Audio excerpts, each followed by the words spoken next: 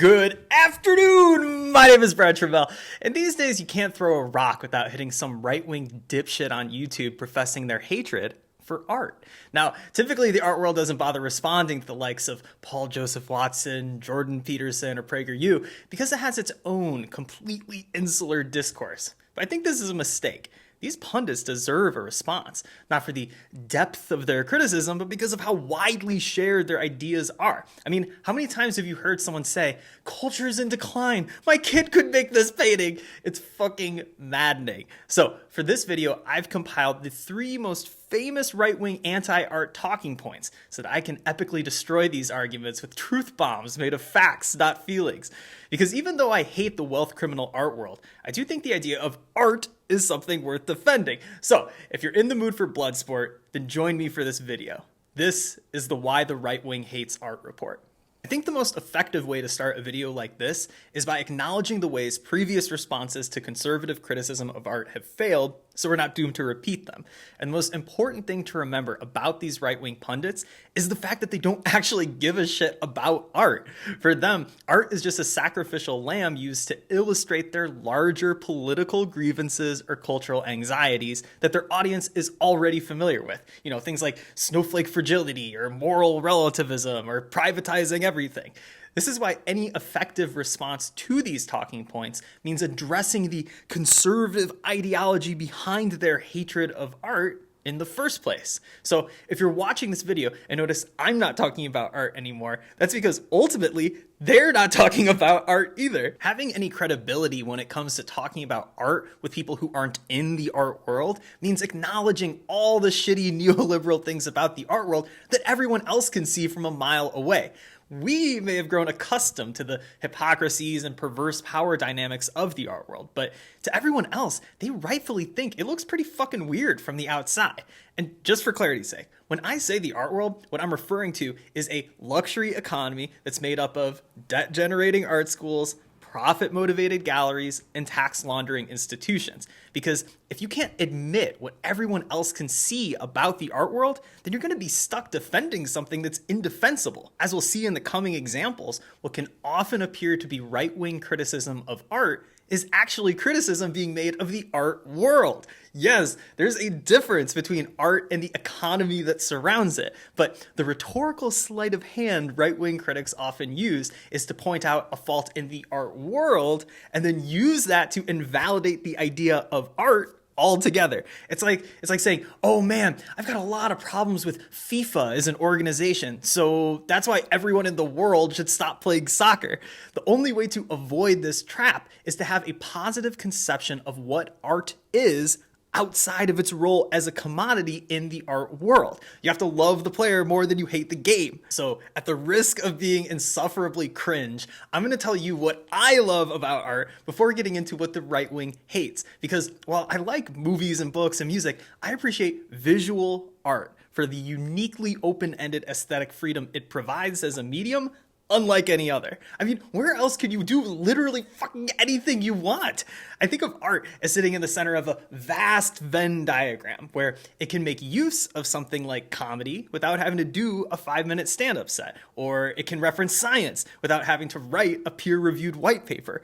Art can use anything to create meaning without having to follow the prescriptive functions those things are expected to fit. This is why art requires its own definition to be constantly reinvented in the image of whatever's aesthetically possible for every generation who produces it. And because of that, I accept the self-indulgent excesses of crazy artists searching for art's limits. I don't always like art for what it is, but for what it can be. Art can be difficult, and difficult things are worth doing. The churning momentum of history ensures that whatever formal strategies that are radical now will inevitably become obsolete traditions in the future. And yet, people still make art anyway, and have made art as long as humans have existed, because for a fleeting moment, visual art can mirror reality and show it back to us with a clarity like nothing else, because nothing else so willfully accepts the possibility of becoming literally anything. This momentary clarity great art provides is a bridge that allows other artists to move into the future. It's the ground under their feet that shows them what the past was so they can move forward from it. This is why influence is the most valuable currency pass between artists and from artists to viewers. But this exchange isn't bound by commodity. Art's influence is a gift economy. You don't necessarily need to own art in order to be influenced by it. For artists, influence is a gift you receive from the dead and a gift you give to the future as an acknowledgement of your own mortality. Every day I go into my silly little studio and make my silly little art for my silly little audience. This is why art can be just as dumb or meaningful as anything else in life. It just has the added advantage of acknowledging its own absurdity by being functionless, by having nothing to do but exist for our own appreciation and then reinvent itself. This is why I love art. Now let's talk about why the right wing hates it. Number one, art's price is obscene. Few things inspire cognitive dissonance among conservatives quite like the price of art. On one hand, they're lovingly in awe of the piles of money the art market generates. The global art market was valued at $67.4 billion in 2018, the second highest year ever. Their sales combined make up 84% of the global art market, with the US capturing over half of that. The auction house is one of the biggest drivers of the art market. Sales at public auctions exceeded $29 billion last year. While, at the same time, they're equally pissed over the prices fetched by whatever art they deem undeserving. It's they who, in reality, are the naked emperors of art. For who else would spend $10 million on a rock and think it is art? And the money that they waste on this shite. $10 million for a frigging rock. $500,000 for a lamppost ring in Calgary. For the right wing, the money that flows through the art world is worthy of both admiration and scorn at the same time. But it's a specific type of scorn that's never applied to all the other luxury goods wealth criminals tend to buy. You don't see PragerU takedowns about yachts selling for $1 million, even though that happens every single day. When conservatives ridicule the art world's prices, they do so because they view those outrageous prices as a smear on the good name of capitalism.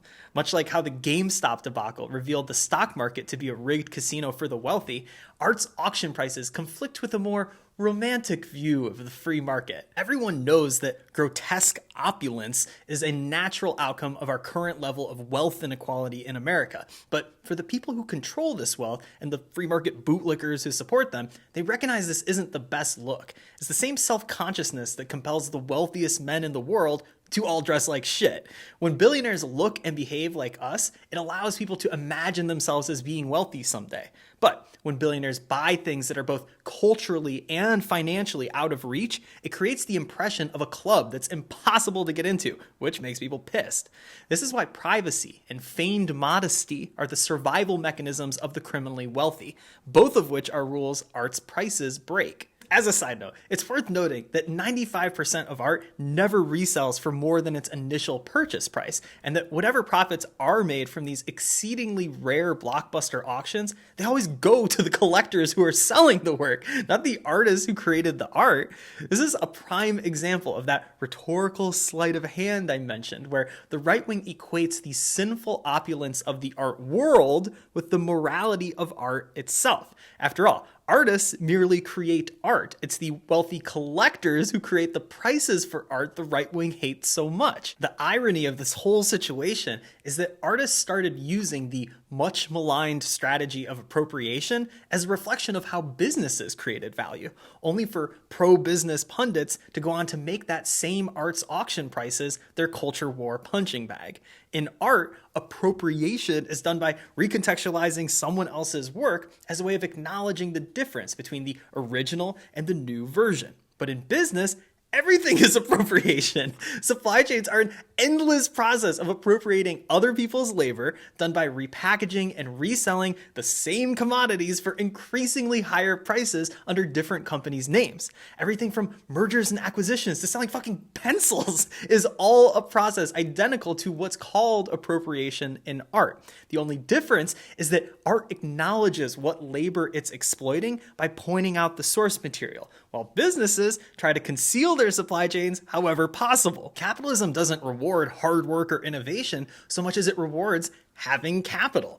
Most commercial products are sold not because they're particularly innovative, but because they're part of a monopolized supply chain that destroys any smaller alternative. Hell, most money is made from things like interest rates, outsourcing, or automation, all of which create nothing while profiting from the capital they already had. But everywhere you look, you're told it's the people who work hard to innovate things from scratch who become wealthy. It's the same bootstrap mythology behind everything from the soy fandom that imagines Elon Musk as a Marvel character to Shark Tank stories of scrappy Iraq veteran moms with a quirky idea for how cucumber water could taste better. But it's all a fucking ruse. Art looks at the viewer and admits the author is dead. Pure originality isn't real. Here's an example of that. While businesses still hold tight to the idea that the innovator is king, just hustle harder. The reason you're poor is because you didn't invent the light bulb. It's because art transparently demonstrates that appropriation is what creates value in capitalism that art's prices have to be made outcast as the uniquely bad thing capitalism has somehow rewarded. For the right wing, art's prices are used as the flamboyant exception to the rule to prove that innovation and hard work are the true ways that wealth is typically accumulated. And the final way art's price contradicts free market romanticism is in the commonly held idea of art being priceless. Here's that cognitive dissonance once again, because for as much as they hate contemporary art, conservatives tend to agree that pretty much any respectably old art in a museum is priceless. I was at the Modern Art Museum of Art in New York. I'm afraid I don't remember which one, unfortunately, but I was in this amazing room. You know, it had all these priceless paintings from the late Renaissance hanging in it. You know, each painting worth, who knows, a priceless painting. So the room it's a shrine, and it was full of people from all over the world who were looking at these paintings. The problem with being priceless is that it means art is able to produce something beyond what the free market can quantify. Pricelessness implies a commonality among people, the idea that there's a shared duty to protect the cultural achievements of our history that provide us dignity as human beings. Because of this, it means that art is able to extract itself from the market and be worthy of government protection, as would a natural resource or an endangered species.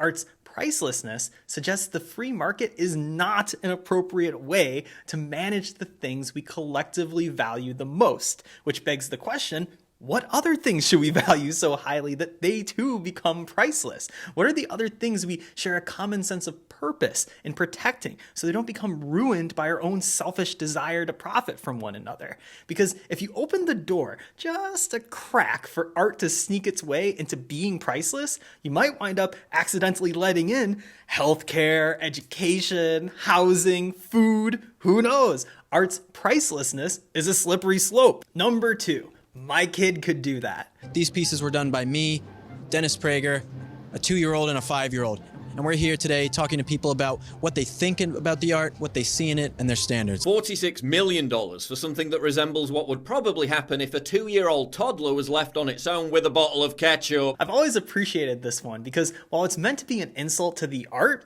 it winds up being an insult to their kid along the way. It's like saying, oh man, this painting's about as pretty as my wife. We know the saying isn't meant to be taken literally because people say my kid could do that even when they know their kid couldn't do that because the work is too technically demanding, no matter how shitty they think the art looks. For right-wing critics, my kid could do that is shorthand for saying the art they're viewing, which is likely de-skilled or appropriated or abstract or some combination of all three, that this contemporary art doesn't look like the world the way my eyes see it. That what they're viewing is a reduced or altered or chaotic version of the reality they're familiar with. And that the closest point of reference they have for stumbling into a room that's been purposely left in disarray is their own kids' bedrooms. At its core, what they're saying is that this art is not a form of realism because the art conservatives love more than anything else is realism. Or imaginative unless realist. Bullshit. Ron Mueck produces the most hyper-realist works that the art world has ever seen. Yet it's Matisse who is embraced by the art establishment. I want to see something traditional that a sculptor has done. something I can understand, before he gets a license to do this. The Mona Lisa, the Pietà, the girl with a pearl earring. For a score of centuries, artists enriched Western society with their works of astonishing beauty. The Night Watch, the Thinker, the Rocky Mountains. When it comes to the "my kid could do that" desire for realism, there's a couple things at work here. The first is what I call the "these apples taste nothing like oranges" problem, where people criticize art for failing some personally held aesthetic criteria that's totally separate from what the artist intended.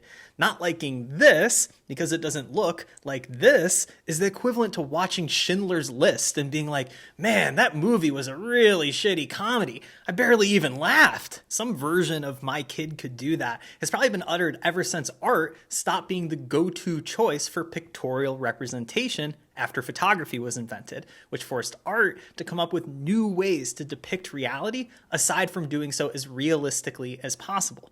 Realism offers viewers an approachable entry point for judging a work's quality. The more the art looks like what my eyes see, the better the art is. And because realism often requires more time to complete, it neatly falls under the rubric of having worked hard because it self-evidently displays its own painstaking labor.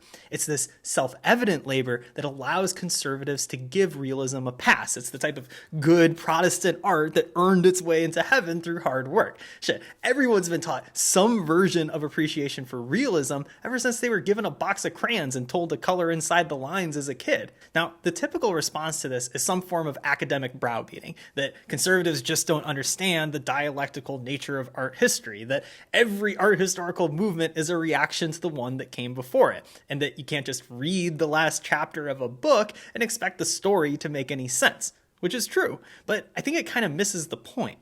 Instead of focusing on why they don't appreciate contemporary art, the deeper question is, what is it about conservatives that makes them appreciate realism so much? I think conservatives' ongoing desire for realism in art is a reflection of what they think the purpose of art is, which means that for them, realism isn't just about how they think art should look, but what they think art should do.